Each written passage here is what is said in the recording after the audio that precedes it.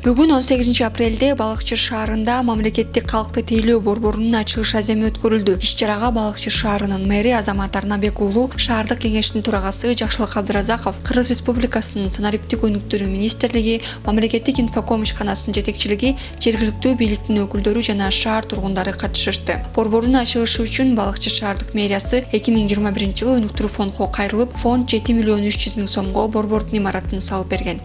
Муну мэрия тарап жак сунуш берип, өнүктүрүү фонд салып берип, андан кийин биз муну инфоком менен келишим түзүп инфокомго бердик.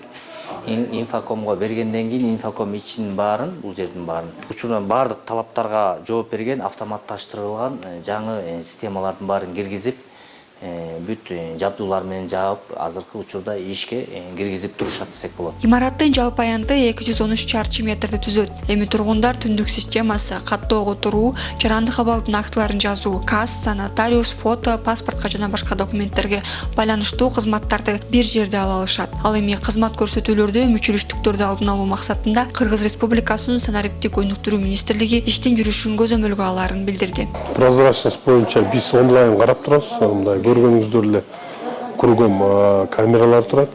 Акча алган боюнча Кыргыз почтанын сотрудниктери турат.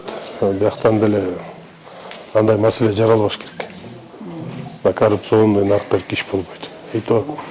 Азыр инфокомдон айтып атпайм, дагы 2 сотрудник жүрөт, көрүп атканыбыздар охрана менен, очередь менен берилет.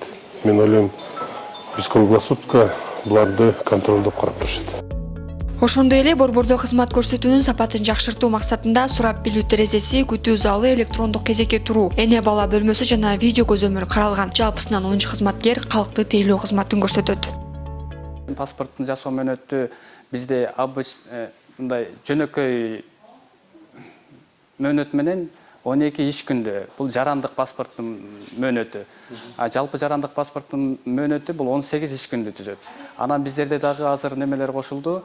Тездетүү менен паспорт алса болот. Мисалы бизде тездетүү баягы шашылыш түрдө, кээ бир баягы эки жакка чыгыш керек болуп калат жумуштар менен. Ошол маалда бизде тездетүү түрүндө бар 2 иш күндүк, 4 иш күндүк жана 8 иш күндүк болуп.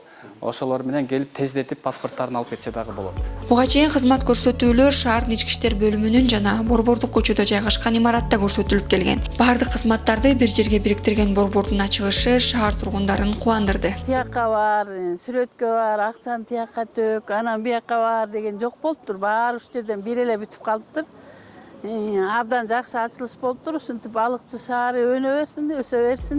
Балыкчы шаарынын калкынын саны 54 миңден ашып, Ысык көл облусундагы эң жыш жайгашкан шаарлардын бири. Жаңы ачылган калкты тейлөө борбору Ысык көл облусундагы эң ири борборлордун бири болуп, күнүнө 350-450 жаранды тейлөөгө ылайыкталган.